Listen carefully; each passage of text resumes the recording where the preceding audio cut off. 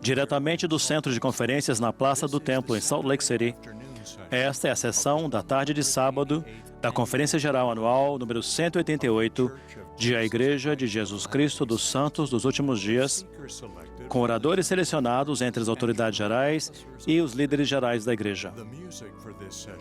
A música para esta sessão será apresentada por um coro composto de alunos do Instituto de Religião de Salt Lake City, Utah.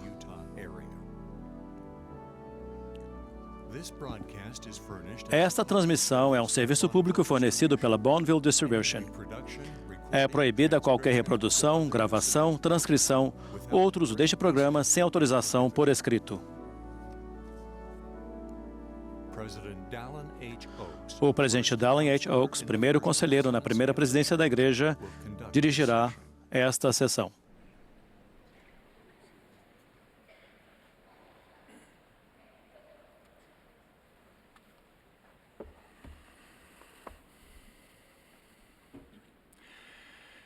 Brothers and sisters, we welcome you to the Saturday afternoon session of the 188th Annual General Conference of the Church of Jesus Christ of Latter-day Saints.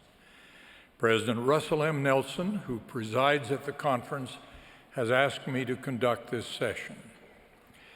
We extend our greetings to all who are in attendance or who are participating by other means. The music for this session will be provided by a combined choir of students attending Institutes of Religion in the Salt Lake City, Utah area, under the direction of Marshall McDonald and Richard Decker, with Bonnie Goodliff and Linda Margetts at the organ. The choir will open O coro dará início a essa sessão cantando "Vinde ao Profeta escutar". A oração de abertura será oferecida pelo Elder Mark A. Bragg, dos 70.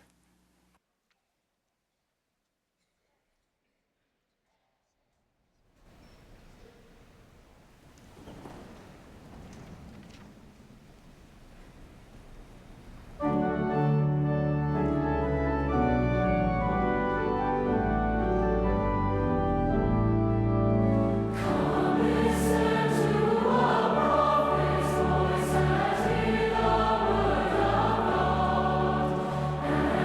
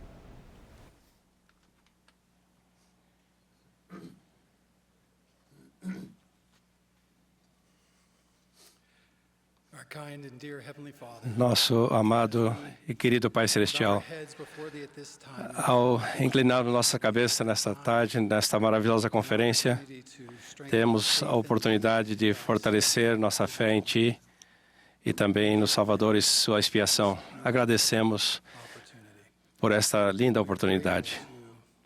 Estamos gratos por podermos ouvir a voz de um profeta. Agradecemos pelo presidente Nelson. Nós o amamos e o apoiamos.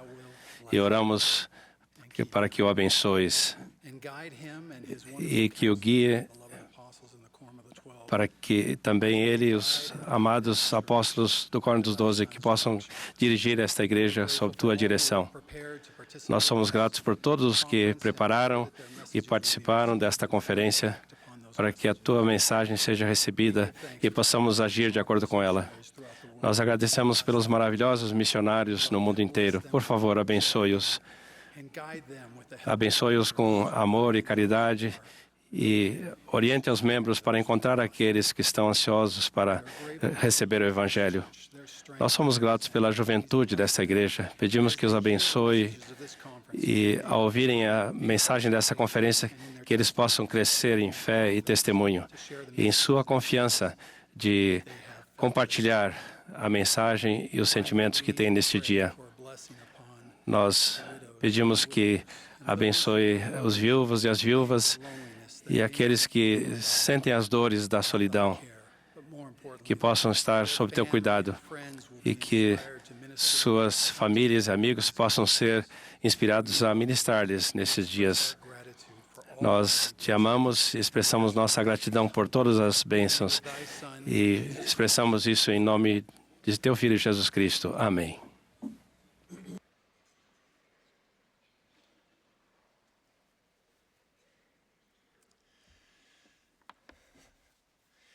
We note that the statistical report, which has traditionally been presented during O this session, relatório estatístico apresentado tradicionalmente durante a sessão de Conferência Geral de Abril agora será publicado no site lds.org imediatamente após esta reunião e na edição de Conferência das Revistas da Igreja.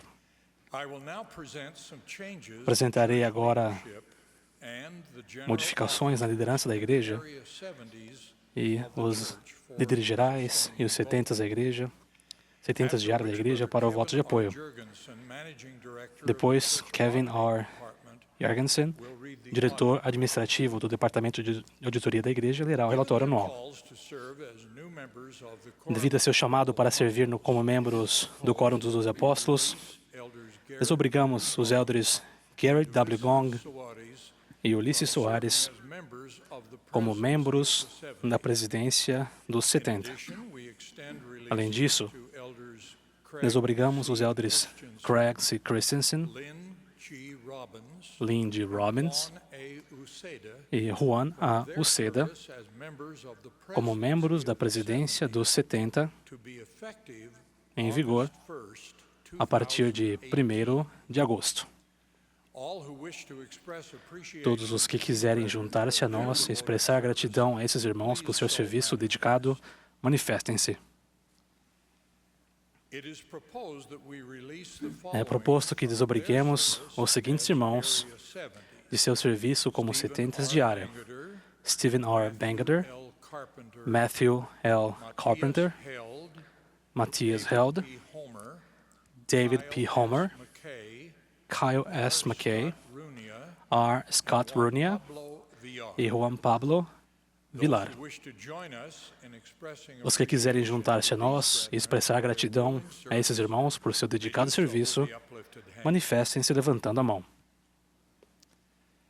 It is proposed that we release Com sincera gratidão, é proposto que desobriguemos as irmãs Bonnie L. Oscarson, Carol F. McConkie F. Mary, e Neil F. Marriott young women como presidência geral das moças.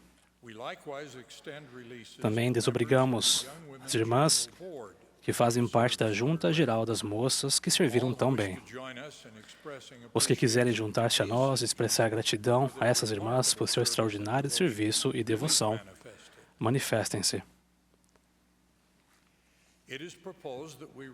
É proposto que desobriguemos a irmã Bonnie H. Gordon como primeira conselheira na presidência geral da primária. Os que quiserem juntar-se a nós e expressar gratidão à irmã Gordon, queiram manifestar-se levantando a mão. É proposto que apoiemos os seguintes irmãos para servir a partir de agora como membros da presidência dos 70. Os elders Carl B. Cook e Robert C. Gay. Os seguintes irmãos também servirão como membros da presidência dos 70 a partir de 1º de agosto de 2018. Os elders Terence M. Vinson, José A. Teixeira e Carlos A. Godoy. Os que forem a favor, manifestem-se. Os que se opuserem, se houver, manifestem-se. É proposto que apoiemos os seguintes irmãos como 70 autoridades gerais: Stephen R. Bangerter, Matthew L. Carpenter, Jack N. Gerard, Matthias Held, David P. Homer, Kyle S. McKay, Juan Pablo Villar e Takashi Wada. Os que forem a favor, manifestem-se. Os que se opuserem, pelo mesmo sinal. É proposto que apoiemos os seguintes irmãos como novos 70s de área: Richard K. Ahadji, Alberto A. Álvares, Dwayne D. Bell, Glenn Burgess, Victor R. Calderon, Ariel E. Chaparro, Daniel Cordova, John N. Craig, Michael Sisla, William H. Davis, Richard J. DeVries, Kyler G. Dominguez, Sean Douglas, Michael A. Dunn, Kenneth J. Firmage, Edgar Flores, Saulo G. Franco, Carlos A. Genaro, Mark A. Gilmore, Sergio A. Gomes, Roberto Gonzalez, Virgílio Gonzalez, Spencer R. Griffin, Matthew S. Harding, David J. Harris, Kevin J. Hathaway, Richard Holtzapfel, Eustache Ilunga,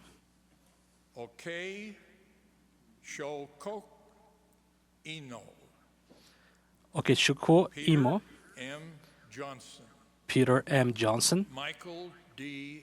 Jones, Michael D. Jones, Pungi Kongolo, Pungi Kongolo, George Kenneth G. Lee, George Kenneth G. Lee, Artemio C. Maligona, Artemio C. Maligon, A. Edgar A. Mantilla, Lincoln P.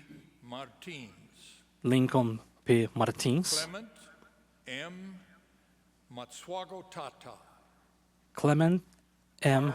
Matsuagotata, Maurer, Carl R. Maurer, Daniel S. Mayer II, Daniel S. Murr II, D. Miller, Glenn D. Miller, Isaac K.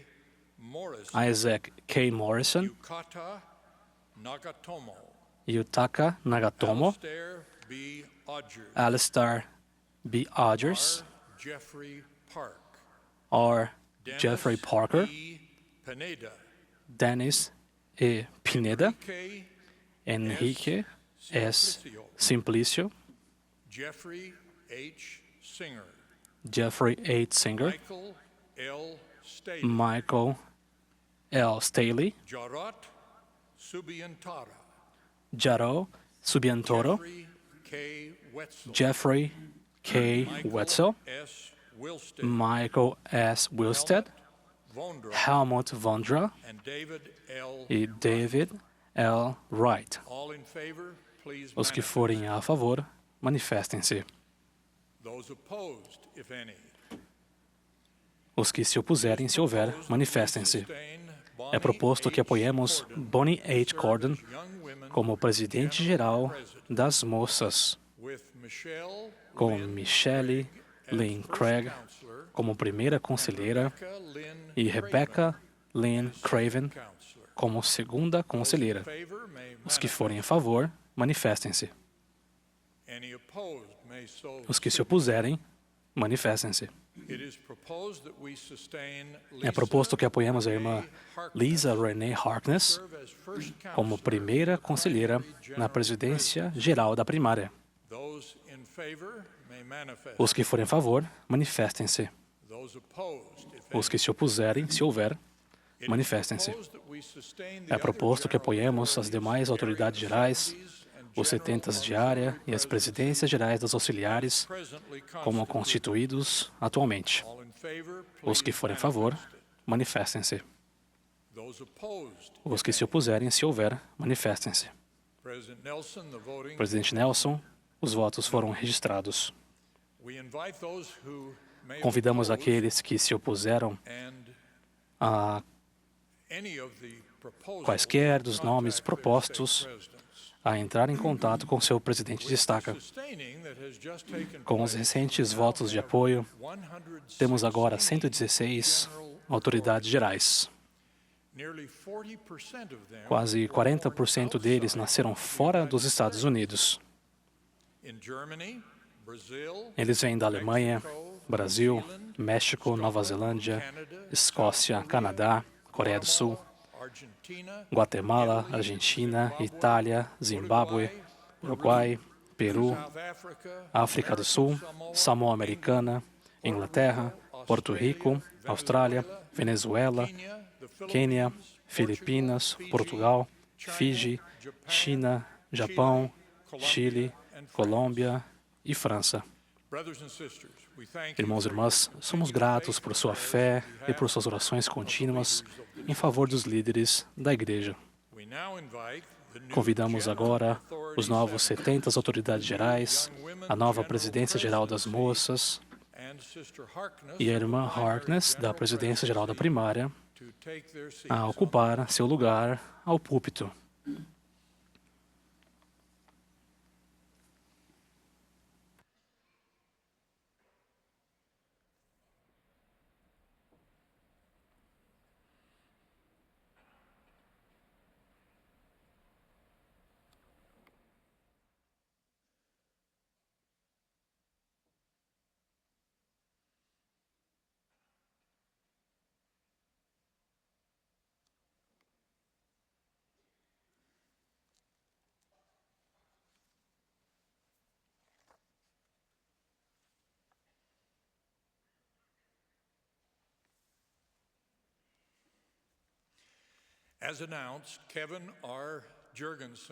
Conforme anunciado, Kevin R. Jorgensen lerá o relatório de auditoria da Igreja referente ao ano de 2017.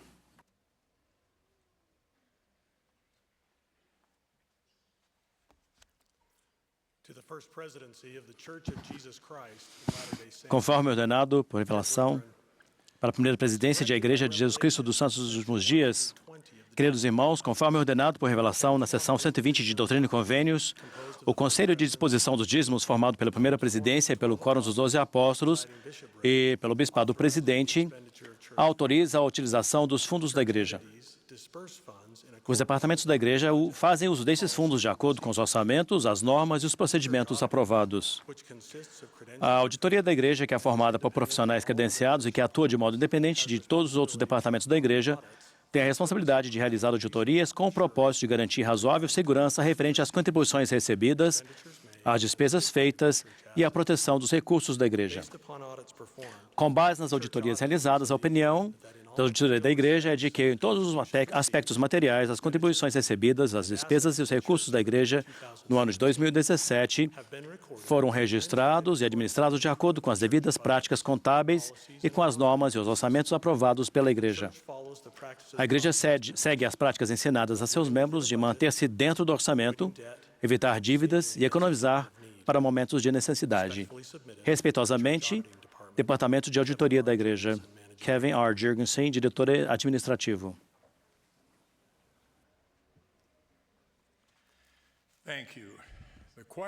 Muito obrigado. O coro agora nos agradecerá com o hino Onde Encontrar a Paz. Após o hino, teremos o prazer de ouvir o elder David A. Bednar, do Quórum dos 12 Apóstolos. Em seguida, ouviremos o elder Taylor G. Godoy, dos 70.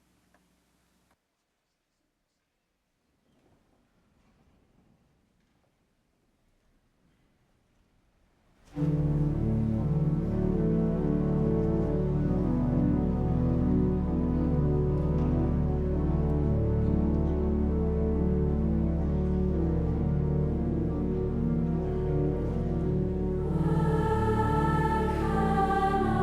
peace?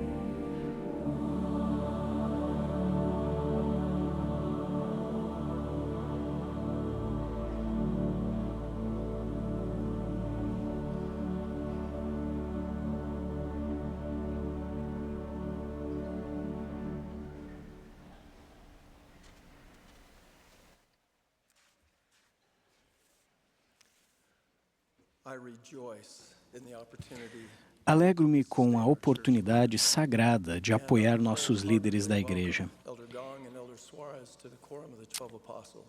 É com sincero apreço que digo ao Elder Gong e ao Elder Soares, sejam bem-vindos ao Quórum dos 12 Apóstolos.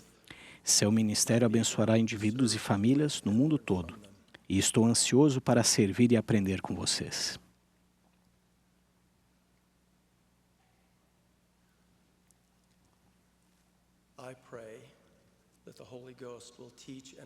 Oro para que o Espírito Santo nos ensine e nos ilumine ao aprendermos juntos a respeito de um aspecto essencial da natureza divina do Salvador, que cada um de nós deve procurar seguir.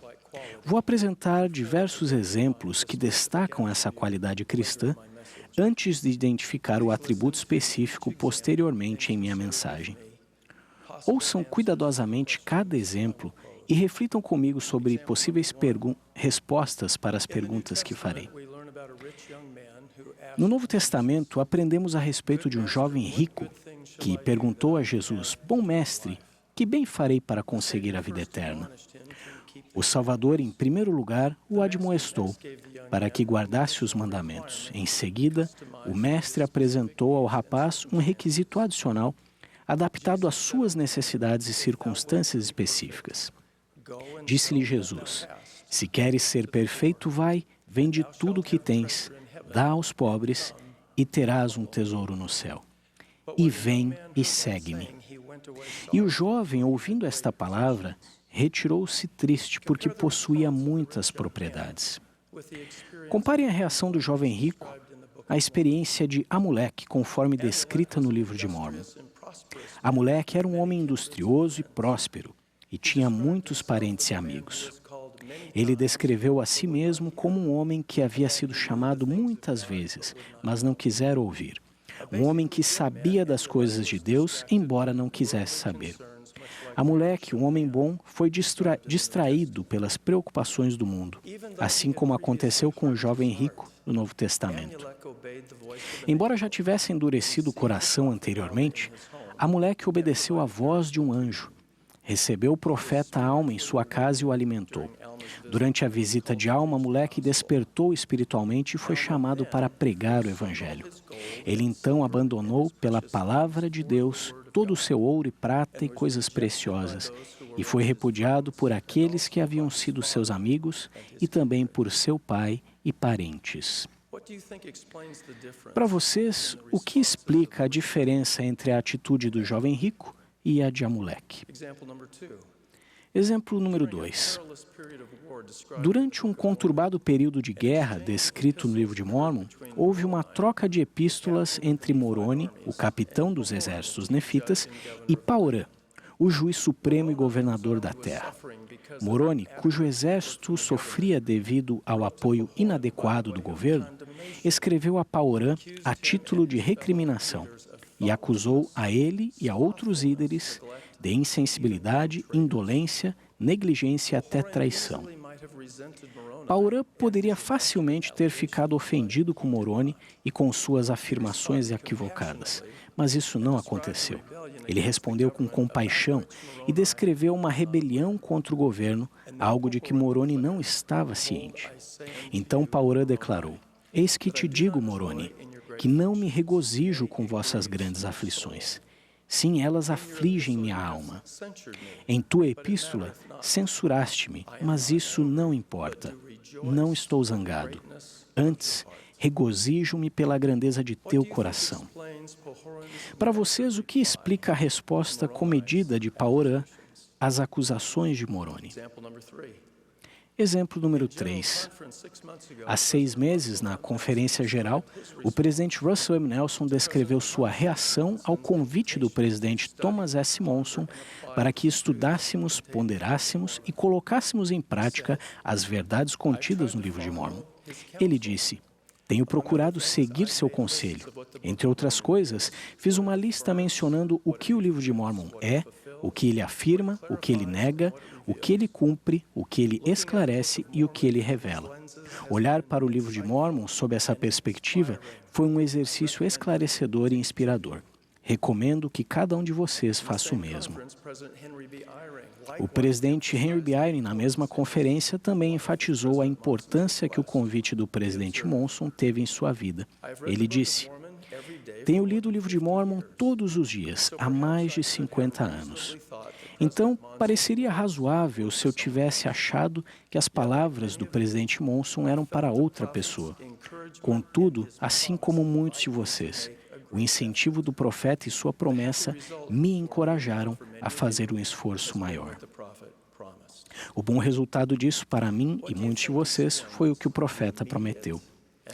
Para vocês, o que explica a reação sincera e imediata ao convite do presidente Monson por parte desses dois líderes da Igreja do Senhor? Não estou dizendo que as reações espiritualmente sólidas de Amulek, Paurã, do presidente Nelson e do presidente Eyring são explicadas com apenas uma qualidade cristã.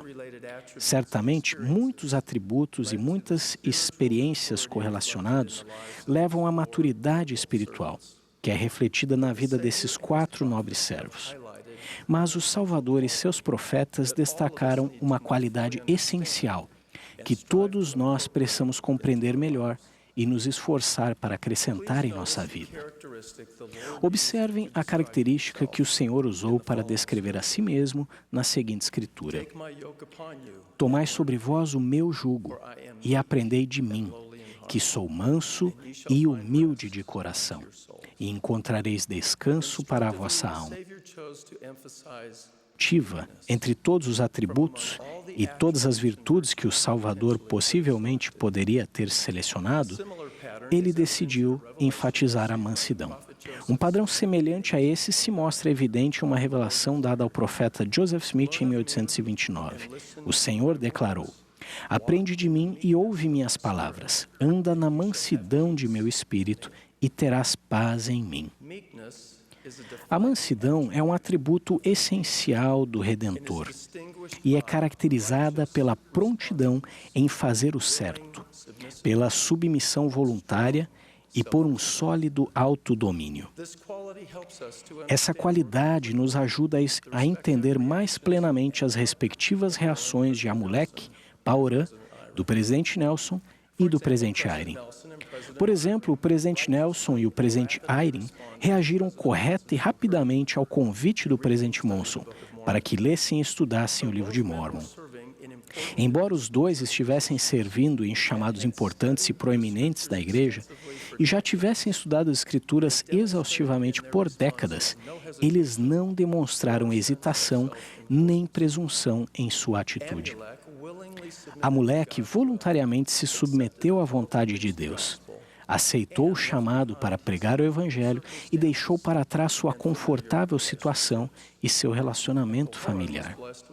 E Paurã foi abençoado com perspectiva e com um sólido autodomínio, para agir em vez de reagir, ao explicar para Moroni os desafios decorrentes de uma rebelião contra o governo.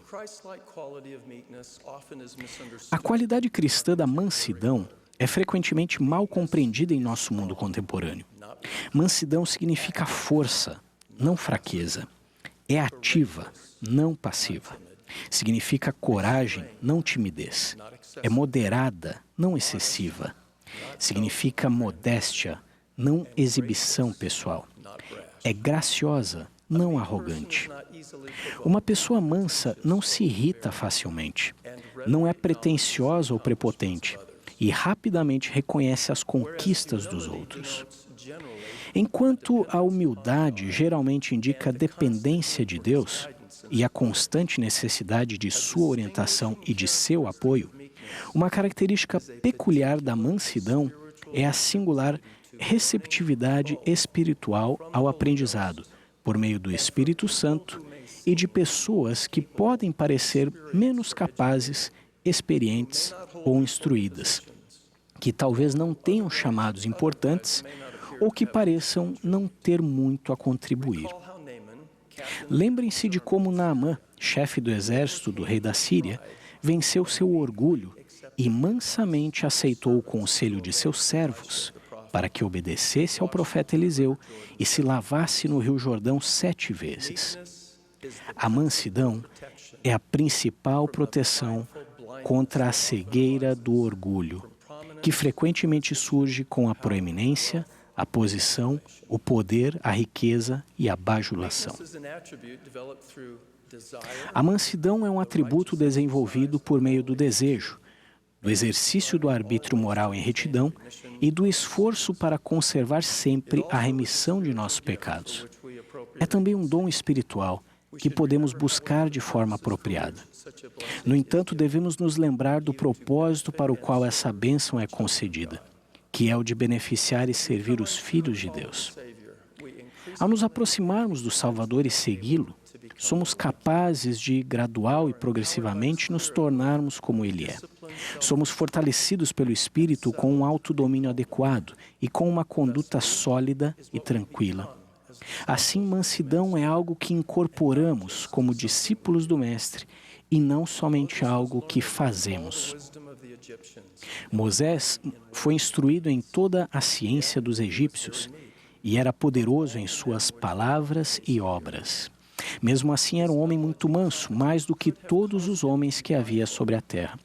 Seu conhecimento e suas habilidades poderiam tê-lo tornado orgulhoso. Em vez disso, o atributo e o dom espiritual da mansidão, com os quais ele foi abençoado, atenuaram a arrogância em sua vida e aperfeiçoaram Moisés como um instrumento para realizar os desígnios de Deus. Os exemplos mais majestosos e significativos de mansidão são encontrados na vida do próprio Salvador, o grande Redentor que desceu abaixo de todas as coisas e que sofreu, sangrou e morreu para purificar-nos de toda a injustiça. Ternamente lavou os pés empoeirados de seus discípulos.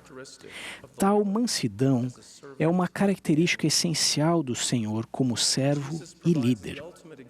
Jesus deu o exemplo supremo de prontidão ao fazer o certo e de submissão voluntária quando sofreu intensa agonia no Getsemane.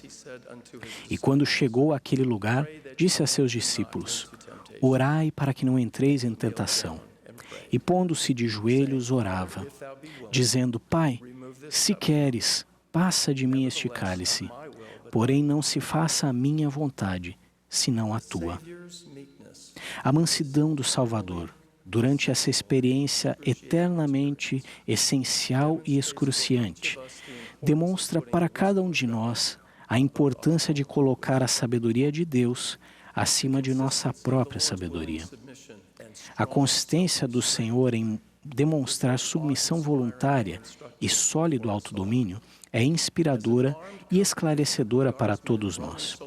Quando o grupo armado da guarda do templo e soldados romanos chegaram ao Getsemane para capturar e prender Jesus, Pedro desembaiou sua espada e cortou a orelha direita do servo do sumo sacerdote. O Salvador então tocou a orelha do servo e o curou. Observem que ele estendeu a mão e abençoou seu potencial captor, usando o mesmo poder celestial que poderia ter evitado que ele fosse capturado e crucificado. Reflitam também sobre como o Mestre foi acusado e condenado perante Pilatos para que fosse crucificado. Durante a traição de Jesus que sofreu, Jesus declarou: "Ou pensas tu que não poderia eu agora orar a meu Pai e ele me daria mais de 12 legiões de anjos? Ainda assim, o juiz eterno, tanto dos vivos como dos mortos, foi contraditoriamente julgado por um político indicado provisoriamente ao cargo." E nem uma palavra lhe respondeu Jesus, de sorte que o governador estava muito maravilhado. A mansidão do Salvador é evidenciada em sua atitude adequada, em seu sólido autodomínio e em sua disposição de não exercer seu infinito poder para seu próprio benefício. Mormon identifica a mansidão como o alicerce no qual todas as capacidades e todos os dons espirituais surgem. Portanto, se um homem tem fé, ele tem que ter esperança, porque sem fé não pode haver qualquer esperança. E novamente, eis que vos digo que ele não pode ter fé, nem esperança, sem que seja manso e humilde de coração. Sem isso, sua fé e esperança são vãs. porque ninguém é aceitável perante Deus a não ser os humildes e brandos de coração. E se um homem é humilde e brando de coração e confessa pelo poder do Espírito Santo que Jesus é o Cristo, ele precisa ter caridade, pois se não tem caridade, nada é. Portanto, ele precisa ter caridade. O Salvador declarou: bem-aventurados os mansos, porque eles herdarão a terra. A mansidão é um aspecto essencial da natureza divina e pode ser obtida e desenvolvida em nossa vida por causa e por meio da expiação do Salvador. Testifico que Jesus Cristo é nosso Redentor ressurreto e vivo. Prometo que Ele nos guiará, protegerá e fortalecerá à medida que andarmos na mansidão de seu Espírito. Declaro o meu firme testemunho dessas verdades e promessas, no sagrado nome do Senhor Jesus Cristo. Amém.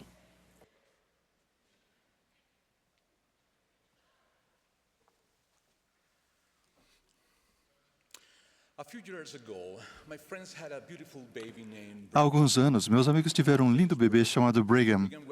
Depois de nascer, Brigham foi diagnosticado com uma doença rara chamada Síndrome de Hunter, o que infelizmente significava que Brigham teria uma vida curta.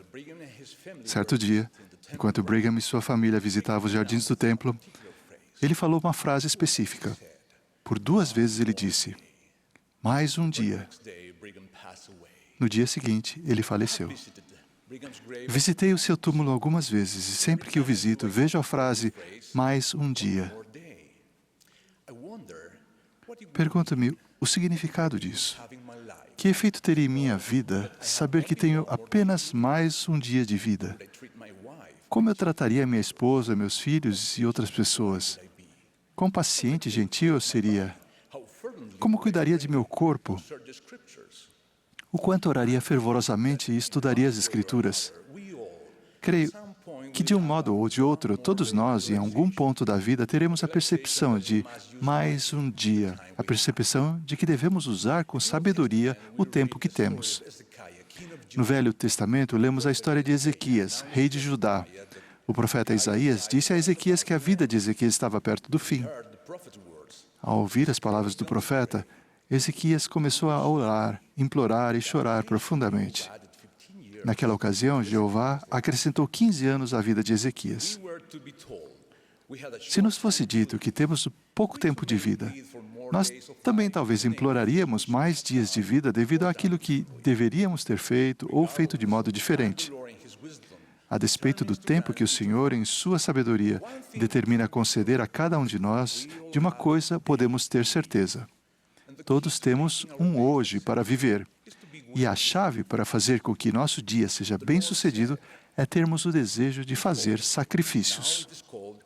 O Senhor disse: eis que o tempo presente se chama hoje, até a vinda do Filho do Homem, e é, em verdade, um dia de sacrifício. A palavra sacrifício vem do latim da palavra sacer, que significa sagrado, e da palavra facere, que significa tornar.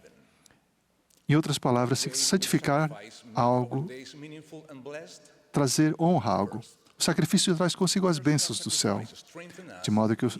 De que modo o sacrifício tornará nossos dias significativos e abençoados? Primeiro, o sacrifício pessoal nos fortalece, traz valor àquilo pelo que nos sacrificamos. Há alguns anos, no domingo de jejum, uma irmã idosa subiu ao púlpito para prestar seu testemunho. Ela morava em Iquitos, que é uma cidade que fica na Amazônia peruana. Ela nos contou que, desde seu batismo, ela sempre teve a meta de receber as ordenanças do templo em Lima, Peru. Ela fielmente pagou seu dízimo integralmente e economizou seu parco salário durante anos. Sua alegria de poder ir ao templo e receber suas ordenanças sagradas foram expressas com estas palavras: hoje, posso dizer que finalmente me sinto pronta para partir desta vida. Sou a mulher mais feliz do mundo. Economizei dinheiro, vocês não fazem ideia por quanto tempo.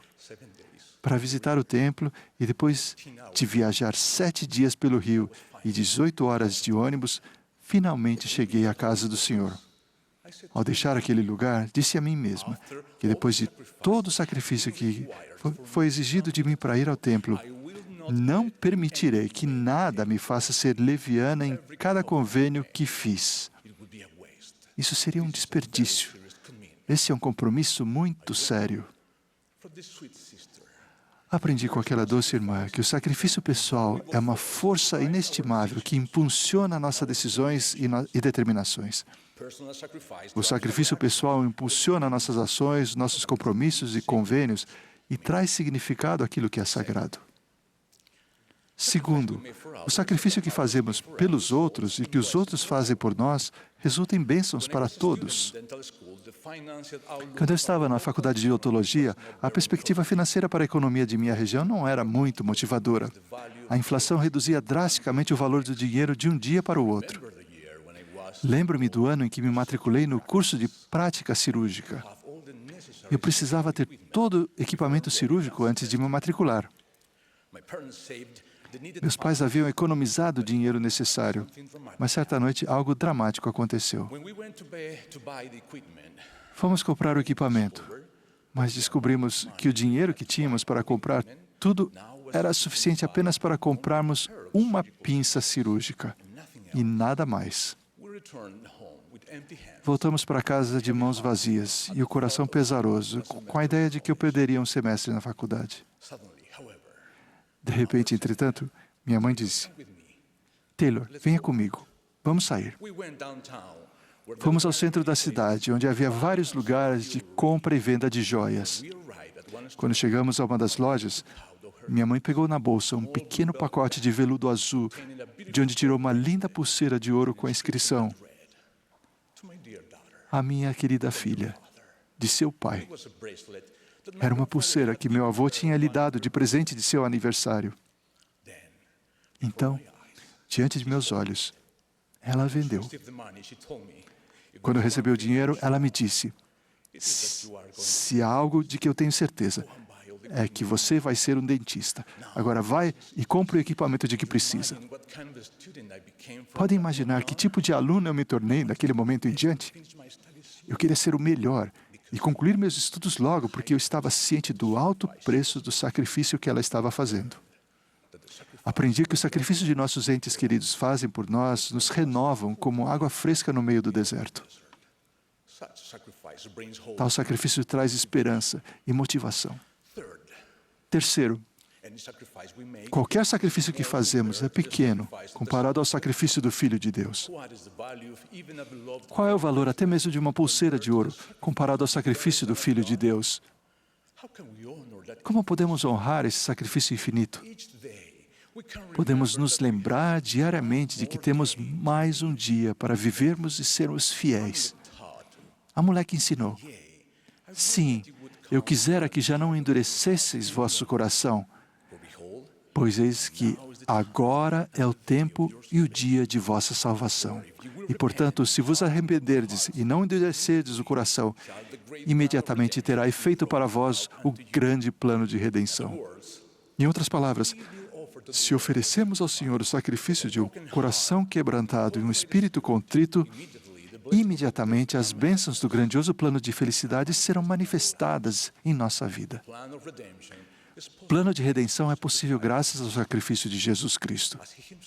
Como Ele mesmo declarou, o sacrifício fez com que eu, Deus, o mais grandioso de todos, tremesse de dor e sangrasse por todos os poros e sofresse, tanto no corpo como no espírito, e desejasse não ter de beber a amarga taça e recuar. E é devido a esse sacrifício, depois de seguirmos o processo do arrependimento sincero, que podemos sentir o peso de nossos erros e pecados ser amenizado. Na verdade, a culpa, a vergonha, a tristeza e o desprezo por nós mesmos são substituídos pela consciência limpa, felicidade, alegria e esperança. Ao mesmo tempo, ao honrarmos seu sacrifício e sermos gratos por ele, podemos receber uma grande medida do desejo intenso de sermos melhores filhos de Deus, ficarmos longe do pecado e guardarmos os convênios como nunca. Então, assim como Enos, depois de ter recebido o perdão de seus pecados, vamos sentir o desejo de sacrificar a nós mesmos e buscar o bem-estar de nossos irmãos e irmãs. E teremos mais desejo a cada mais um dia de seguir esse convite feito pelo presidente Howard W. Hunter. Amenize uma briga. Procure um amigo esquecido. Ponham de lado a suspeita, substituindo pela confiança. Deem uma resposta branda. Incentive os jovens. Manifestem sua lealdade em palavras e atos. Cumpra uma promessa. Abandone um rancor. Perdoem um inimigo. Desculpem-se. Tentem entender. Avaliem suas exigências em relação aos outros. Pense antes na outra pessoa. Sejam bondosos. Sejam gentis. Riam um pouco mais. Expressem sua gratidão. Deem boas-vindas a um estranho. Alegrem o coração de uma criança. Expressem seu amor e depois tornem-o a expressá-lo. Que preenchamos nossos dias com o impulso e a força que recebemos do sacrifício pessoal e do sacrifício que fazemos ou recebemos de outras pessoas. E de um modo especial, que desfrutemos da paz e da alegria que o sacrifício do unigênito nos oferece. Sim, aquela paz que é mencionada quando lemos que Adão caiu para que os homens existissem. E os homens existem. Nós existimos para que tenhamos alegria. Essa alegria é uma alegria real, que apenas o sacrifício e a expiação do Salvador Jesus Cristo podem prover. Oro para que o sigamos, que acreditemos nele, que o amemos, que sintamos o amor demonstrado por seu sacrifício sempre que tivermos a oportunidade de viver mais um dia. Em nome de Jesus Cristo. Amém.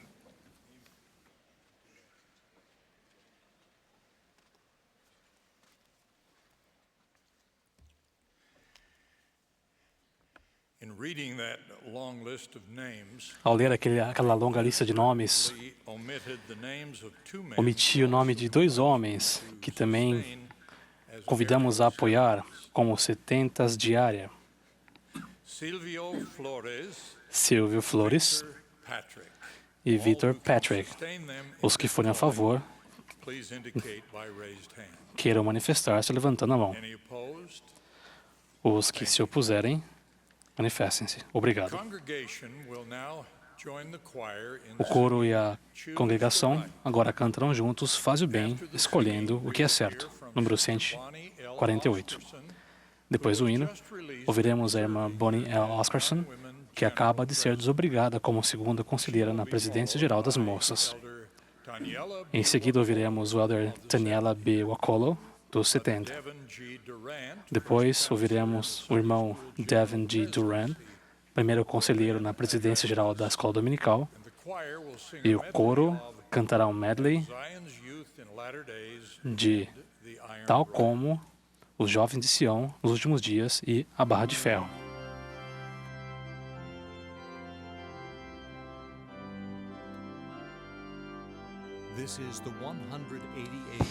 Esta é a Conferência Geral Anual número 188 de A Igreja de Jesus Cristo dos Santos dos Últimos Dias.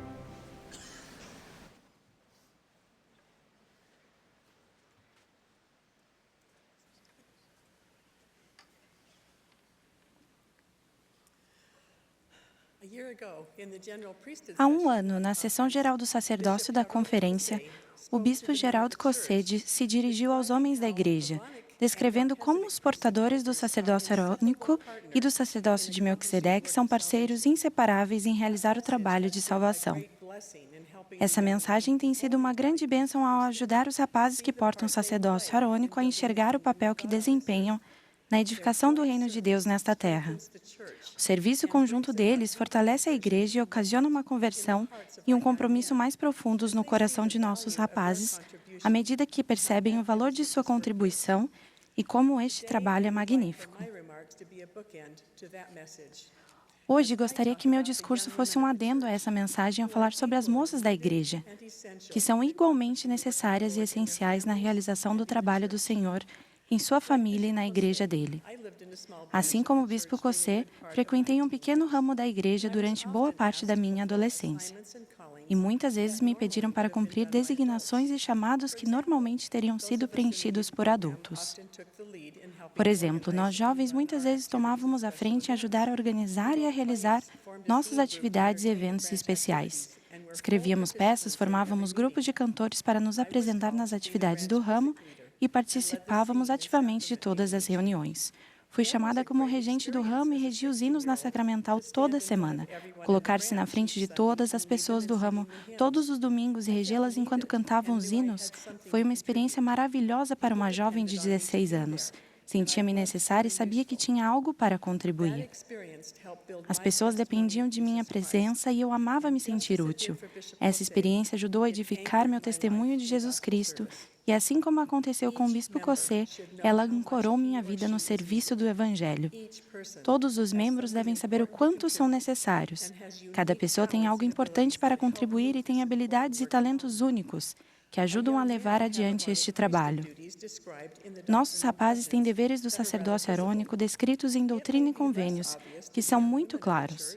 Talvez seja menos óbvio para as moças da igreja, seus pais e seus líderes, que desde que são batizadas, as moças têm responsabilidades assumidas por convênio, de chorar com os que choram, sim, e consolar os que necessitam de consolo, e servir de testemunhas de Deus em todos os momentos e em todas as coisas e em todos os lugares em que se encontrem, mesmo até a morte.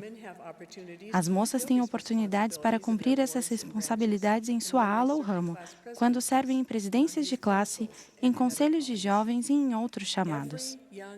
Toda moça da igreja deve se sentir valorizada, ter oportunidades para servir e sentir que tem algo de valor para contribuir para este trabalho.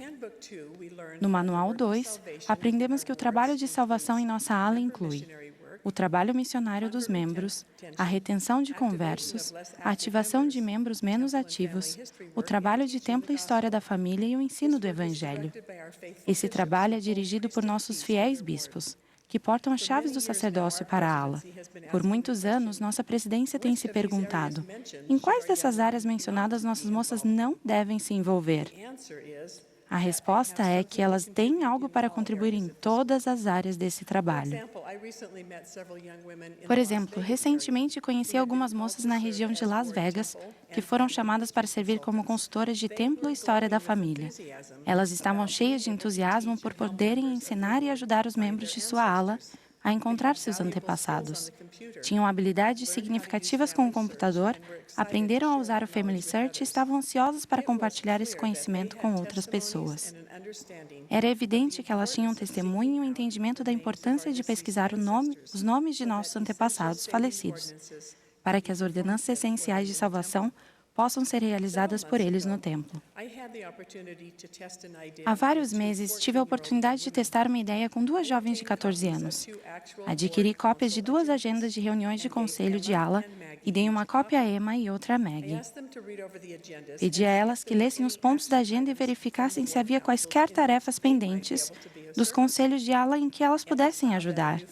Emma viu que uma nova família estava se mudando para a ala e que ela poderia ajudá-los a se mudar e a desfazer as malas. Ela sugeriu que poderia fazer amizade com os filhos da família e poderia mostrar a eles a escola que iam passar a frequentar. Ela viu que haveria um jantar da ala e sentiu que tinha muitas maneiras diferentes de oferecer ajuda. Maggie viu que vários idosos da ala precisavam de visitas e de companheirismo. Ela disse que adoraria visitar e ajudar esses membros mais velhos que são maravilhosos. Ela também sentiu que poderia ajudar a ensinar os membros da ala a configurar e utilizar perfis nas mídias sociais. Realmente não havia nada naqueles pontos da agenda que aquelas duas moças não poderiam fazer para ajudar. Os membros que participam de conselhos de ala ou que têm qualquer chamado na unidade enxergam as moças como recursos valiosos para atender às diversas necessidades da ala. Geralmente é uma longa lista de situações que precisam do serviço de alguém, e muitas vezes pensamos apenas nos adultos da ala para atender a essas necessidades. Assim como nossos portadores do sacerdócio arônico foram convidados a trabalhar com seu respectivo pai e com outros homens do sacerdócio de Melquisedeque, nossas moças podem ser acionadas para prestar serviço e atender às necessidades dos membros da ala com sua mãe ou com outras irmãs exemplares. Elas são competentes, interessadas e estão dispostas a fazer muito mais do que simplesmente frequentar a igreja aos domingos. Ao refletirmos sobre o papel que nossas moças terão de assumir em um futuro próximo, podemos nos perguntar: que tipo de experiências poderíamos proporcionar a elas agora, a fim de ajudá-las em sua preparação para serem missionárias, estudiosas do Evangelho, líderes aos auxiliares da igreja, oficiantes do templo, esposas, mães, mentoras, exemplos e amigas? Elas podem, de fato, começar agora a cumprir muitos desses papéis. Os jovens muitas vezes ajudam a dar aulas em suas classes aos domingos. Atualmente, quando nossas moças vão ao templo com outros jovens para realizar batismos vicários, elas têm a oportunidade de prestar serviço no templo, o que era anteriormente realizado por oficiantes de ordenanças ou por voluntários. Nossas meninas da primária agora são convidadas a participar da reunião Preparação para o Sacerdócio e para o Templo, a qual as ajudará a entender que elas também têm participação importante no trabalho dirigido pelo sacerdócio. Elas estão aprendendo que homens, mulheres, jovens e crianças recebem as bênçãos do sacerdócio e que todos podem ter um papel ativo em levar adiante o trabalho do Senhor. Bispo, sabemos que seus deveres são pesados, mas assim como uma de suas prioridades mais altas é presidir os quóruns do sacerdócio arônico, o Manual 2 explica que o bispo e seus conselheiros são a liderança do sacerdócio para a organização das moças. Eles zelam individualmente pelas moças e as fortalecem, e para isso trabalham em estreita cooperação com os pais e os líderes das moças. Também declara que o bispo e seus conselheiros participam regularmente das reuniões, do serviço ao próximo e das atividades das moças. Somos gratas pelos bispos que despendem tempo para visitar as classes das moças e que proporcionam a elas a oportunidade de serem mais do que meras espectadoras no trabalho. Obrigada por se certificarem de que suas moças sejam participantes valiosas no trabalho de atender às necessidades dos membros da ala. Essas oportunidades de servir de modo significativo as abençoam muito mais do que as atividades em que são apenas entretidas. A vocês, moças da igreja, sua adolescência pode ser atarefada e muitas vezes desafiadora. Percebemos que muitas mais de vocês sofrem com problemas de autoestima, ansiedade, altos níveis de estresse e talvez até depressão. Voltar nossos pensamentos para os outros, em vez de nos concentrarmos em nossos próprios problemas, talvez não resolva todas essas questões, mas o serviço muitas vezes alivia nosso fardo e faz com que nossos problemas pareçam menos difíceis. Uma das melhores maneiras de aumentar a autoestima é mostrar, por meio de nossa preocupação e nosso serviço ao próximo, que temos muitas coisas de valor para contribuir. Eu as incentivo a erguer a mão para se colocarem à disposição e a se envolverem no trabalho quando enxergarem necessidades à sua volta. Ao cumprirem suas responsabilidades assumidas por convênio e participarem da edificação do reino de Deus, vocês receberão bênçãos em sua vida e descobrirão a alegria profunda e duradoura que advém do discipulado. Irmãos e irmãs, nossas moças são incríveis. Elas têm talentos, entusiasmo ilimitado e energia, e são compassivas e atenciosas. Elas querem servir. Elas precisam saber que são valorizadas e essenciais no trabalho de salvação. Assim como os rapazes se preparam no sacerdócio arônico para um serviço maior, à medida que recebem o sacerdócio de Melquisedeque, nossas moças estão se preparando para se tornarem membros da maior organização de mulheres na Terra, a Sociedade de Socorro. Juntos, esses jovens lindos, fortes e fiéis estão se preparando para ser esposas e esposos, mães e pais, que vão criar famílias dignas do reino celestial de Deus. Testifico que a obra de nosso Pai Celestial é levar a efeito a imortalidade e vida eterna de seus filhos. Nossas preciosas moças têm um papel importante em ajudar a realizar essa grande obra. Em nome de Jesus Cristo, amém.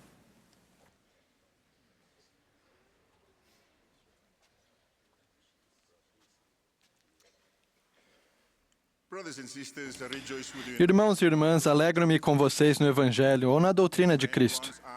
Um amigo certa vez perguntou ao elder Neil L. Anderson, que na época era dos 70, como era falar diante de 21.000 pessoas no centro de conferências. O elder Anderson respondeu, não são as 21.000 pessoas que o deixam nervoso. São os 15 apóstolos sentados atrás de você. Na época eu ri, mas é assim que me sinto agora. Eu amo e apoio esses 15 homens como profetas, videntes e reveladores. O Senhor disse a Abraão que por meio de sua semente do sacerdócio, todas as famílias da terra seriam abençoadas com as bênçãos do Evangelho, sim, de vida eterna.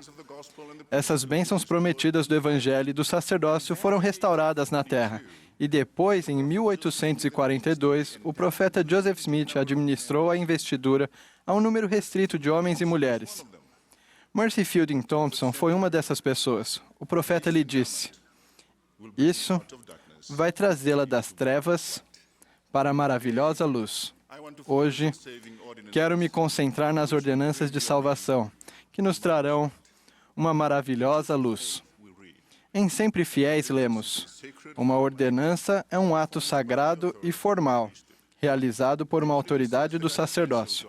As ordenanças que são essenciais à nossa exaltação se chamam ordenanças de salvação e incluem o batismo, a confirmação, a ordenação ao sacerdócio de Melquisedeque para os homens, a investidura no templo e o selamento do casamento. O elder David A. Bednar ensinou, as ordenanças de salvação e de exaltação administradas na Igreja Restaurada do Senhor são meios autorizados pelos quais as bênçãos e os poderes do céu podem fluir para a nossa vida pessoal. Assim como os dois lados de uma moeda, todas as ordenanças de salvação vêm acompanhadas de convênios com Deus. Deus nos prometeu bênçãos se formos fiéis a esses convênios.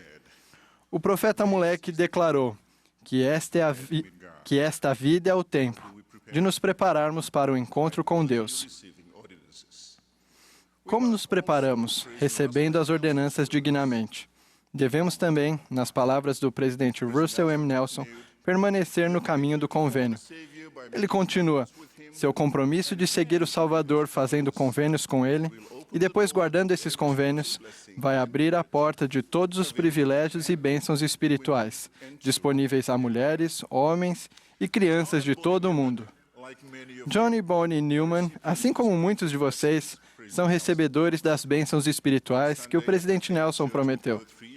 Certo domingo, depois de ir à igreja com seus 3 filhos pequenos, Bonnie disse a John, que não era membro da igreja, não consigo fazer isso sozinha. Você precisa decidir se virá conosco à minha igreja ou se vai escolher uma igreja para irmos juntos. Mas as crianças precisam saber que o pai delas também ama a Deus. No domingo seguinte, todos os domingos depois, além de frequentar a igreja, John também servia, tocando piano em muitos ramos, alas e na primária durante anos. Tive o privilégio de me reunir com ele em abril de 2015. E durante nossa conversa, expliquei-lhe que o melhor meio para ele demonstrar seu amor por Bonnie era levá-la ao templo. Mas isso não seria possível se ele não se batizasse. Depois de frequentar a Igreja de Jesus Cristo dos Santos dos Últimos Dias por 39 anos, John foi batizado em 2015. Um ano mais tarde, John e Bonnie foram selados no templo de Memphis, Tennessee. 20 anos depois de ela ter recebido sua investidura, seu filho de 47 anos, Robert, disse a respeito de seu pai, papai realmente se desenvolveu depois que recebeu o sacerdócio.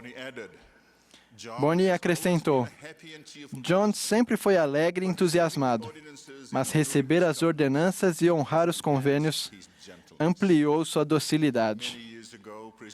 Há vários anos, o presidente Boyd K. Packer nos advertiu. A boa conduta sem as ordenanças do Evangelho não redimirá nem exaltará a humanidade. Na verdade, não precisamos apenas das ordenanças e dos convênios para retornarmos a nosso Pai, mas precisamos também de seu Filho Jesus Cristo e de sua expiação. O rei Benjamim ensinou que apenas em nome e pelo nome de Cristo a salvação pode ser concedida aos filhos dos homens. Por meio de sua expiação, Jesus Cristo nos redimiu das consequências da queda de Adão e tornou possível nosso arrependimento e nossa exaltação. Por meio de sua vida, Ele deu o exemplo para que recebamos as ordenanças de salvação, nas quais manifesta o poder da divindade. Depois que o Salvador recebeu a ordenança do batismo para cumprir toda a retidão, Satanás o tentou. Da mesma maneira, nossas tentações não terminam depois do batismo ou do selamento, mas receber as ordenanças sagradas e honrar os convênios a elas associados nos enche de uma maravilhosa luz e nos dá força para resistir e vencer as tentações. Isaías profetizou que nos últimos dias a terra está contaminada, porquanto mudam os estatutos. Uma advertência relacionada, revelada ao profeta Joseph Smith, foi que alguns se aproximam do Senhor com os lábios, ensinam como doutrina os mandamentos de homens, tendo aparência de religiosidade, mas negam o seu poder. O apóstolo Paulo também advertiu que muitos teriam a aparência de piedade, mas negariam a eficácia dela. Destes, afasta-te. E eu repito, afastem-se deles. As muitas distrações e tentações da vida são semelhantes a lobos devoradores. É o verdadeiro pastor quem vai preparar, proteger e advertir as ovelhas e o rebanho quando esses lobos estiverem se aproximando. Como pastores que procuram imitar a vida perfeita do bom pastor, não somos pastores de nossa própria alma, assim como da alma de outras pessoas. Com o conselho dos profetas, videntes e reveladores que acabamos de apoiar, e com o poder e dom do Espírito Santo, podemos ver os lobos se aproximando, se estivermos atentos e preparados. De modo contrário, quando somos pastores negligentes de nossa alma e da alma de outras pessoas, poderão ocorrer perdas.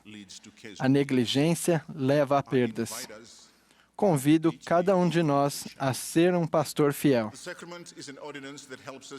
O sacramento é uma ordenança que nos ajuda a permanecer no caminho.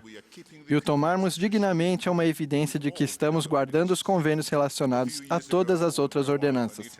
Há alguns anos, enquanto minha esposa, Anita, e eu servíamos na missão Arkansas Little Rock, saí para ensinar com 2 jovens missionários.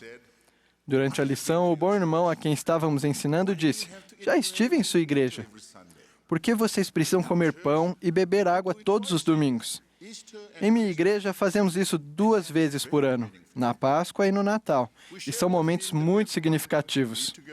Dissemos a ele que recebemos o mandamento de nos reunir frequentemente para partilhar o pão e o vinho. Lemos Mateus 26 e 3º Nef 18 em voz alta. Ele respondeu que ainda não via necessidade. Então fizemos a seguinte comparação. Imagine que você se envolve em um acidente de carro muito sério. Você está ferido e inconsciente. Alguém corre até você, vê que está inconsciente e liga para a emergência. Você é socorrido e recupera a consciência. Depois perguntamos a ele: quando conseguir reconhecer onde está, quais serão suas perguntas? Vou querer saber como cheguei lá e quem me encontrou. Vou agradecer àquela pessoa todos os dias por ter salvado minha vida, ele respondeu. Compartilhamos com aquele bom homem como o Salvador salvou nossa vida e como precisamos ser gratos a ele todos os dias e todos os dias. Depois perguntamos: ao saber que ele deu a vida por você e por nós, com que frequência deseja comer o pão e beber a água como emblemas do corpo e do sangue dele? Sua resposta foi: já entendi. Mais uma coisa, sua igreja não é animada como a nossa. O que você faria se o Salvador Jesus Cristo entrasse por aquela porta? Perguntamos. Eu imediatamente me ajoelharia, ele disse. Nós então perguntamos: Não é isso que sente quando entra numa capela da nossa igreja? Reverência pelo Salvador? Sua resposta foi: já entendi, já entendi. Ele apareceu na igreja naquele domingo de Páscoa e continuou a frequentar. Convido cada um de nós a perguntar a nós mesmos que ordenanças, incluindo o sacramento, preciso receber e que convênios preciso fazer, guardar e honrar.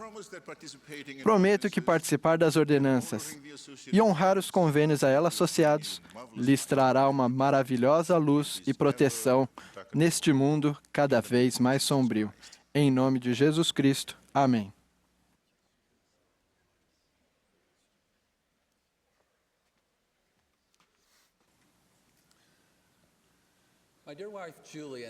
Minha esposa Julie e eu criamos 6 filhos preciosos. E nossa casa recentemente se tornou um ninho vazio. Como sinto falta de ter nossos filhos o tempo todo em nossa casa. Sinto falta de aprender com eles e ensiná-los. Hoje dirijo minhas palavras a todos os pais e a todos os que desejam ser pais. Muitos de vocês estão criando seus filhos atualmente. Para outras pessoas, esse momento pode chegar em breve. Para outras, a paternidade pode ser uma bênção futura. Oro para que todos nós reconheçamos a sagrada responsabilidade que é ensinar um filho. Como pais, fizemos com que nossos filhos reconheçam o Pai Celestial e seu Filho Jesus Cristo. Ajudamos a fazer a sua primeira oração, damos orientação e apoio a entrarem no caminho do convênio por meio do batismo. Nós os ensinamos a obedecer os mandamentos de Deus. Nós os instruímos a respeito do plano que ele tem para seus filhos e ajudamos a reconhecer os sussurros do Espírito Santo. Contamos a eles histórias dos profetas e os incentivamos a seguir os profetas atuais. Oramos pelo sucesso deles e sofremos com eles durante suas provações. Testificamos para nossos filhos a respeito das bênçãos do templo e empenhamos para prepará-los bem para servir uma missão de tempo integral. Damos conselhos com amor à medida que nossos filhos se tornam pais, mas mesmo assim nunca deixamos de ser seus pais, nunca deixamos de ser seus professores, nunca somos desobrigados deste chamado eterno. Vamos refletir sobre algumas das maravilhosas oportunidades que temos ao ensinar nossos filhos no lar. Começamos com uma noite familiar e da alta prioridade do lar cheio de fé em que foi criado. Não me lembro das lições específicas que foram ensinadas na noite familiar, mas me lembro de que nunca passamos uma semana sem fazê-la.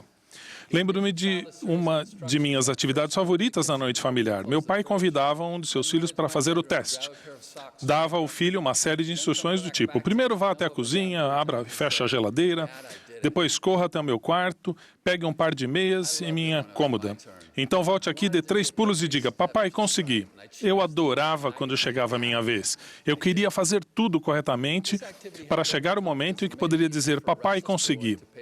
Essa atividade ajudou a aumentar minha confiança e fez com que fosse mais fácil para um menino inquieto prestar atenção quando meu pai e minha mãe ensinavam o princípio do Evangelho.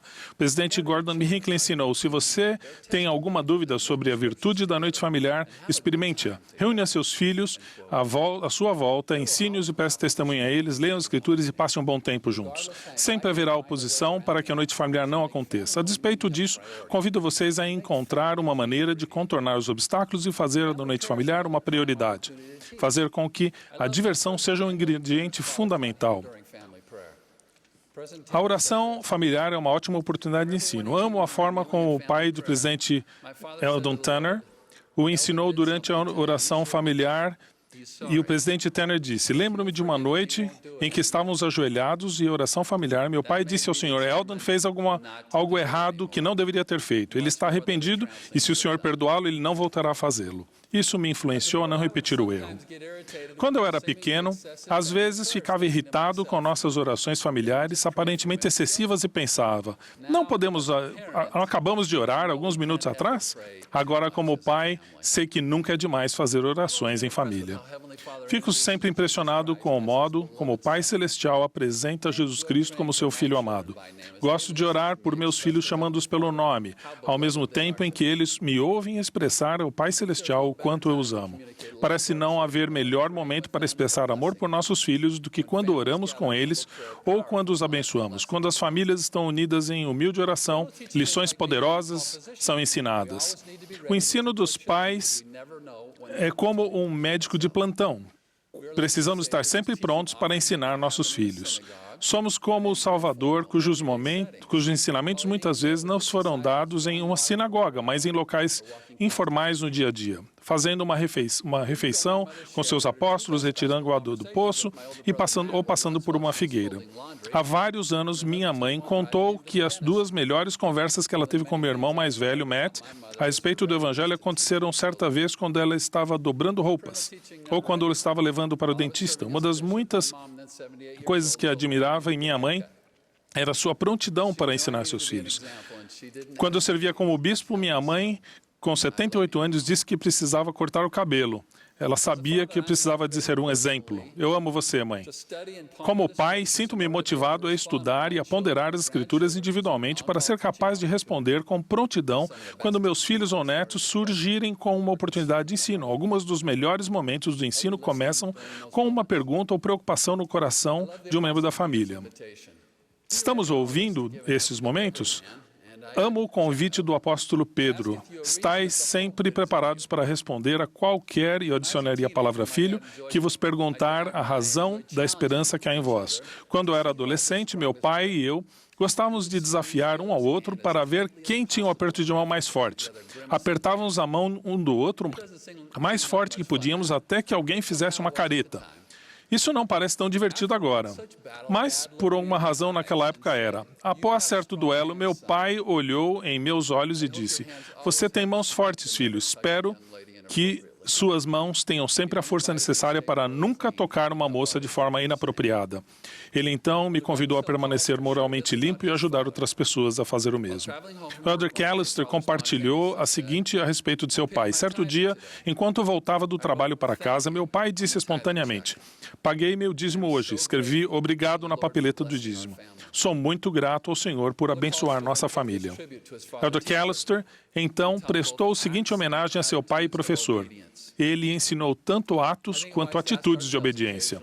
Acredito que seja sábio nos perguntarmos de vez em quando o que ensinarei ou o que estou ensinando aos meus filhos por meio de meus atos e minhas atitudes de obediência. Estudo das Escrituras em família é um ambiente ideal para o ensino da doutrina no lar. Presidente Nelson disse: "Não somente os pais devem agarrar-se à palavra do Senhor, mas tem uma ordem divina para ensiná-la aos filhos." À medida que Julie e eu criávamos nossos filhos, procurávamos ser consistentes e criativos. Certo ano, decidimos ler o livro de Mormon em espanhol em família. Será que foi por isso que o Senhor chamou cada um de nossos filhos para servir numa missão de tempo integral na missão em língua espanhola? É possível. Fiquei profundamente comovido quando o irmão Ashton contou-me que ele e seu pai leram juntos todas as páginas do livro de Mormon em seu último ano do ensino médio. O irmão Ashton ama as Escrituras. Elas estão escritas em sua mente e coração. Seu pai plantou essa semente quando o irmão Ashton era adolescente e essa semente cresceu até se tornar uma árvore profundamente enraizada na verdade. O irmão Ashton fez o mesmo com os seus filhos mais velhos. Recentemente, seu filho de 8 anos perguntou a ele: "Pai, quando vou ler o livro de Mormon com você?" Por último, nosso ensinamento mais impactante é nosso exemplo. Somos aconselhados a ser os exemplos dos fiéis na palavra, no trato, na caridade, no espírito, na fé, na pureza. Durante uma viagem recente, Julie e eu fomos à igreja e vimos esse versículo na prática. Um rapaz que estava prestes a ir para a missão falou em uma reunião sacramental. Ele disse: "Todos vocês acham que meu pai é um bom homem na igreja, mas..." Ele fez uma pausa e fiquei curioso com o que iria dizer em seguida, e ele continuou e disse: "Ele é um homem ainda melhor em casa." Posteriormente, agradeci esse rapaz pela inspirada homenagem que ele havia prestado a seu pai. Fiquei sabendo depois que seu pai era o bispo da ala. Embora esse bispo estivesse servindo fielmente a sua ala, seu filho sentia que seu melhor trabalho era realizado em casa. O Elder Christofferson aconselhou: "Temos muitas oportunidades para ensinar a nova geração e devemos devotar nossos melhores pensamentos e esforços para tirar o maior proveito dessas oportunidades. E o mais importante, devemos continuar a incentivar e ajudar os pais a serem professores e melhores e mais conscientes, principalmente pelo exemplo. É dessa forma que o Salvador ensina." Durante uma viagem recente com os nossos filhos mais jovens, Julie sugeriu fizéssemos batismos vicários no templo de St. George de San Diego. Reclamei pensando: "Vamos ao templo quando estamos em casa. Agora estamos de férias. Por que não fazemos algo que se pareça mais com as férias?" Após os batismos, Julie queria tirar fotos no exterior do templo.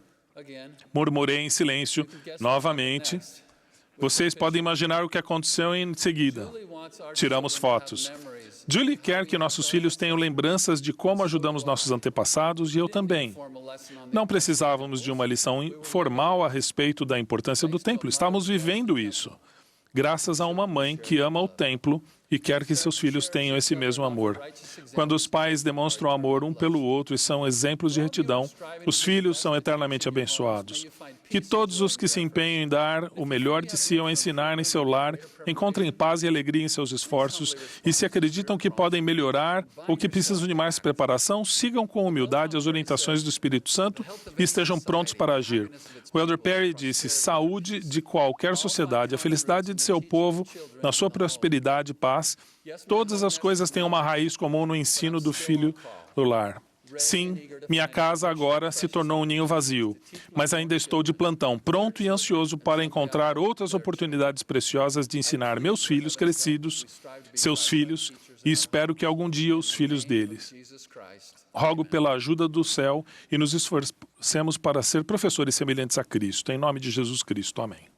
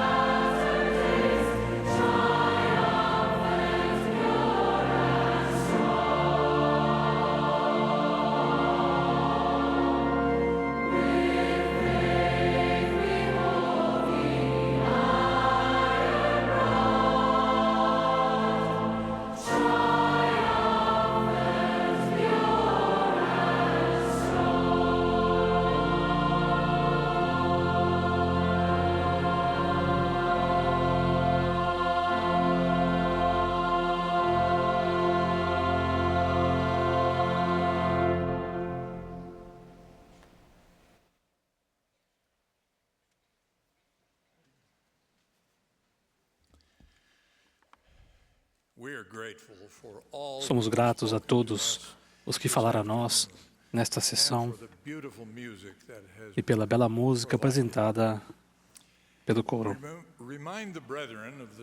Lembramos aos irmãos que a sessão geral do sacerdócio terá início no Centro de Conferências esta noite, às 9h da noite, horário de Brasília. A transmissão do Programa Nacional do Coro do Tabernáculo Mórmon acontecerá amanhã, das 12h30 às 13h, horário de Brasília. A sessão da manhã de domingo da conferência terá início logo após a transmissão do programa. O último orador desta sessão será o Elder Dale G. Renland, do Quórum dos 12 Apóstolos. Após as palavras do Elder Renland, o coro encerrará esta reunião cantando "Aonde mandares irei". A oração de encerramento será oferecida pelo Elder Peter F. Mears, dos 70. Elder Renland.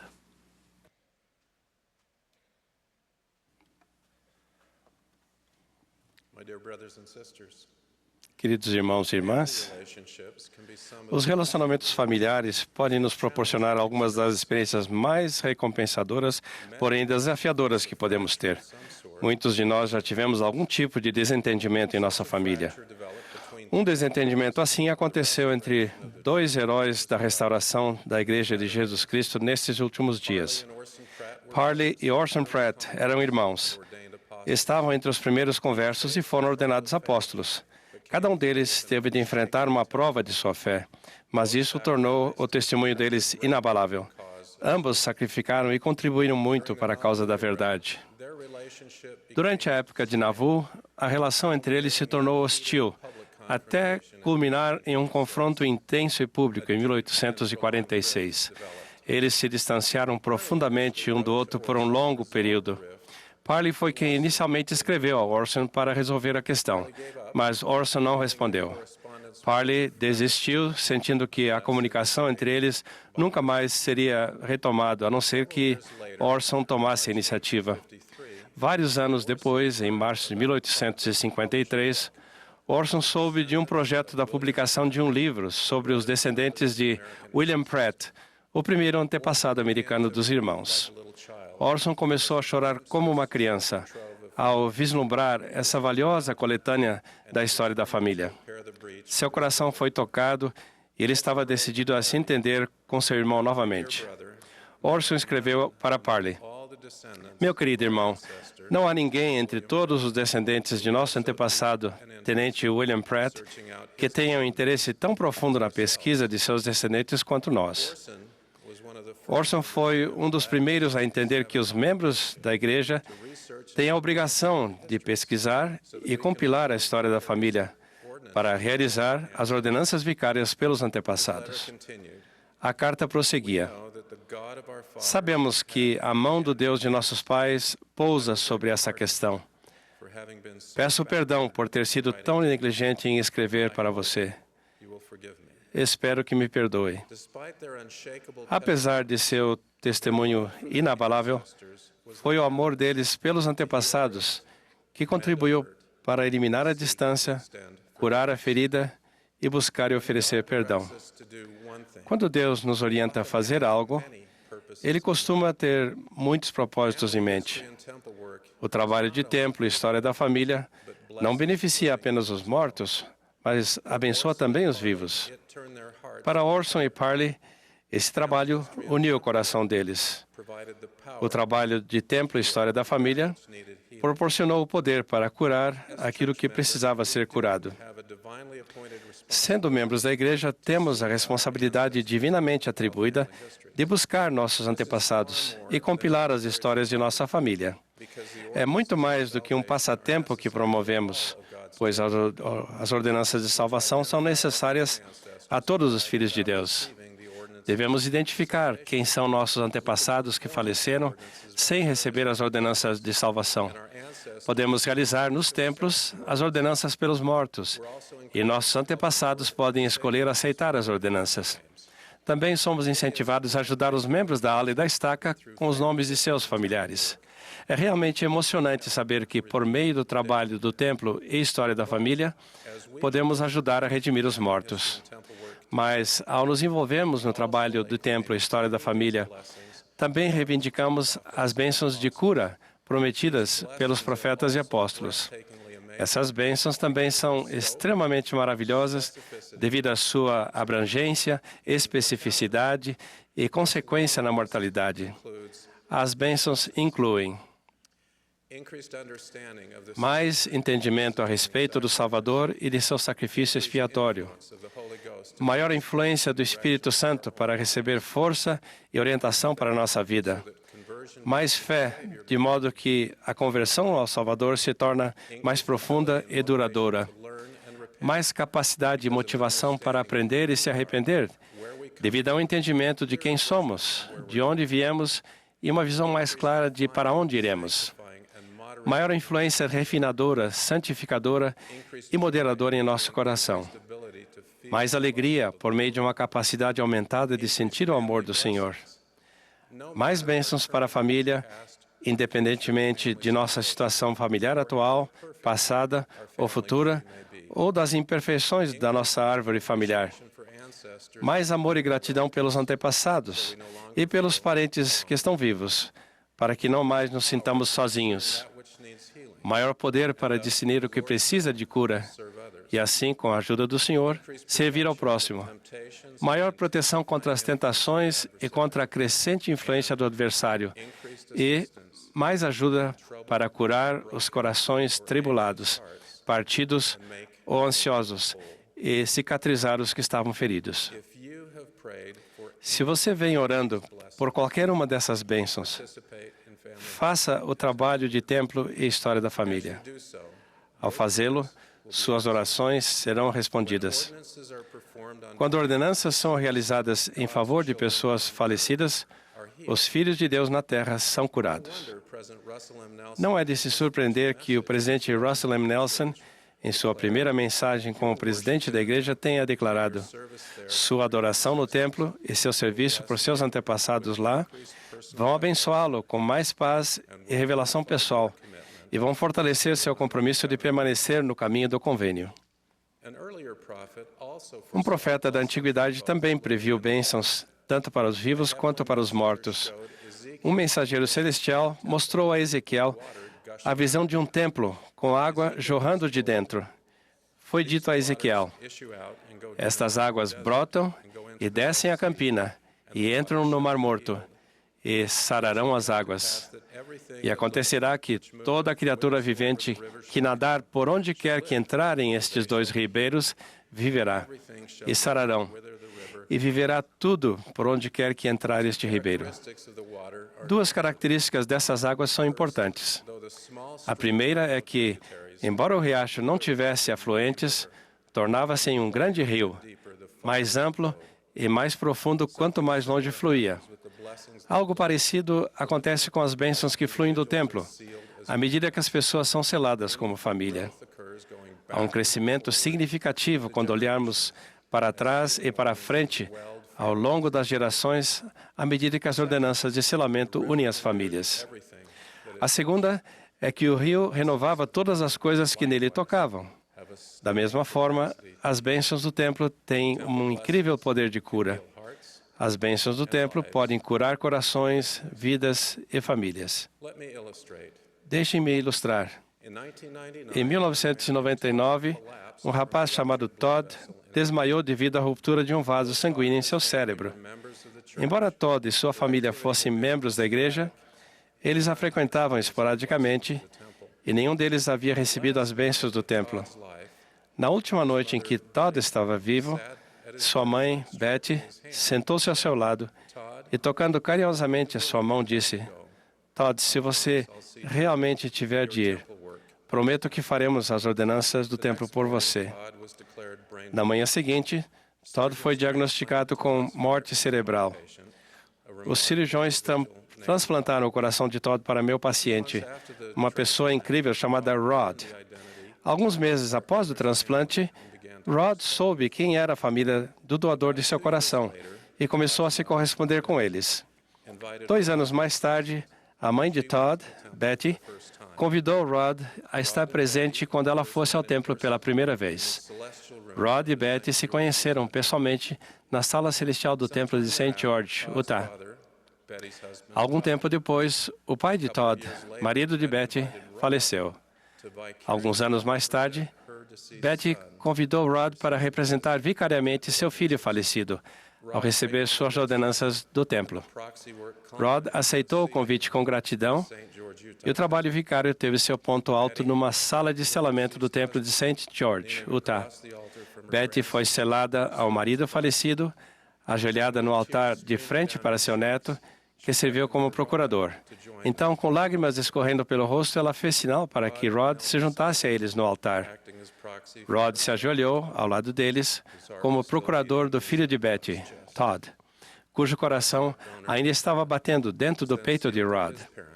O doador do coração de Rod, Todd, foi então selado a seus pais por toda a eternidade.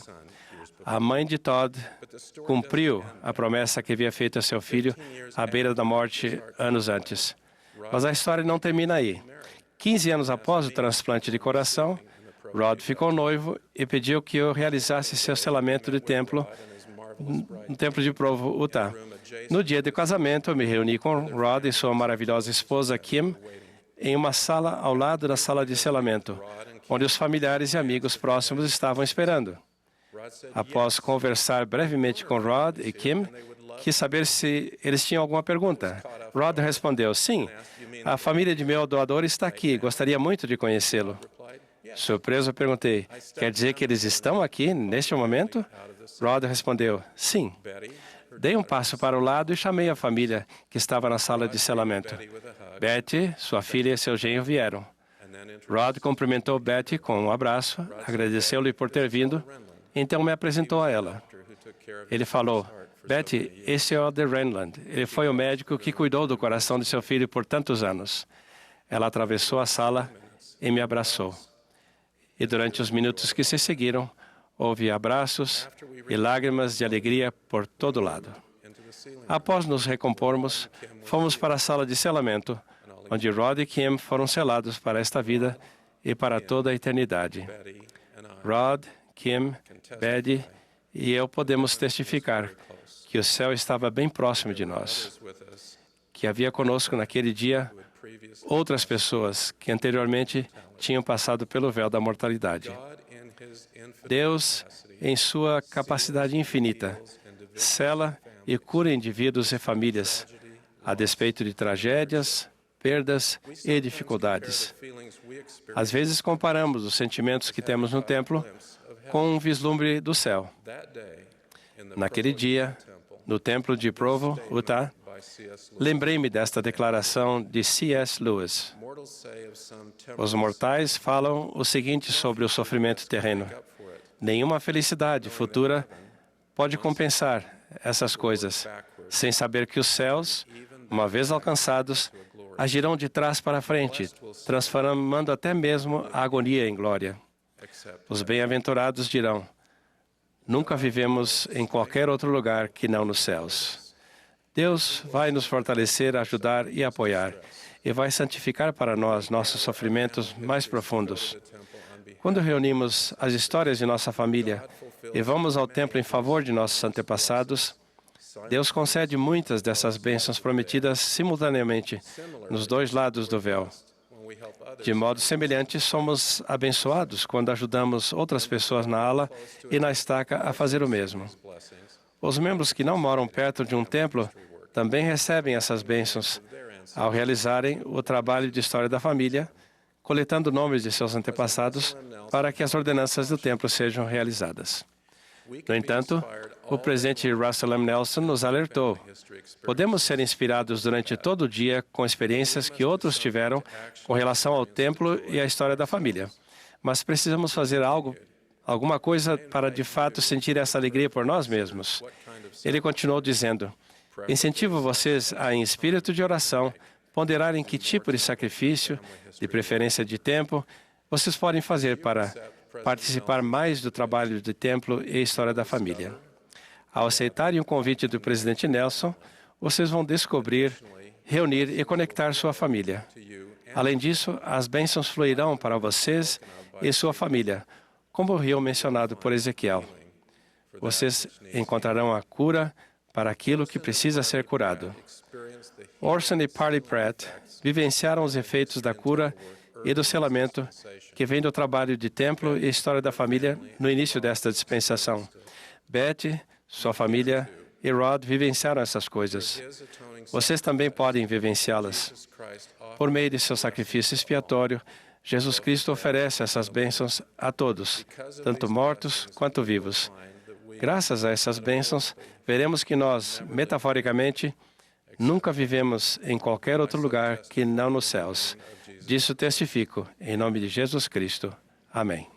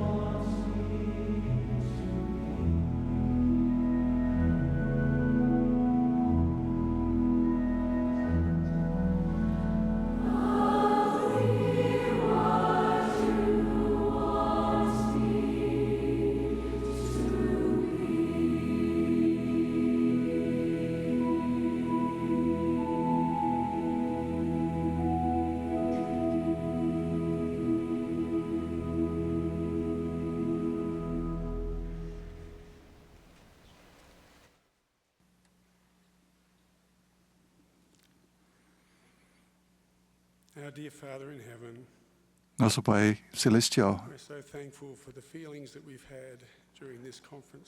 somos gratos pelos sentimentos que tivemos nessa sessão de conferência. Somos gratos por esse belo coro e por nos lembrarmos de onde queremos estar. Regozijamos pela oportunidade de apoiar um profeta de Deus, Presidente Russell M. Nelson. Somos gratos por ele e pelo belo espírito que ele leva consigo, com mansidão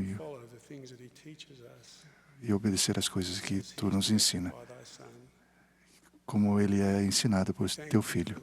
Agradecemos pela primeira presidência e pelo Quórum dos 12 Apóstolos, que nós amamos e apoiamos. Nós somos gratos pelos que foram desobrigados hoje. Ao nos reunirmos no mundo inteiro, somos gratos pelos sentimentos que tivemos, pelas inspirações que tivemos, pelas respostas que recebemos. E somos especialmente gratos este dia por teu Filho, Jesus Cristo. Ajuda-nos a lembrar-nos dele, do sacrifício expiatório que ele fez por nós, pela promessa de imortalidade e pela oportunidade de receber os convênios e ordenanças, se nos arrependermos, para receber a vida eterna por meio dele.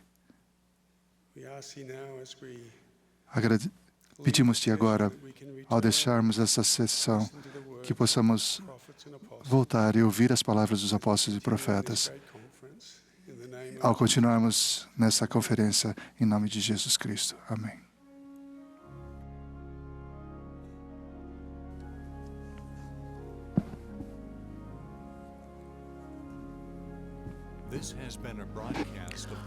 Essa foi uma transmissão da Conferência Geral Anual número 188 de A Igreja de Jesus Cristo dos Santos dos Últimos Dias. Os oradores foram selecionados entre as autoridades gerais e os líderes gerais da Igreja. A música para essa sessão foi apresentada por um coro composto de alunos do Instituto de Religião de Salt Lake City, Utah. Essa transmissão foi fornecida como serviço público pela Bonneville Distribution.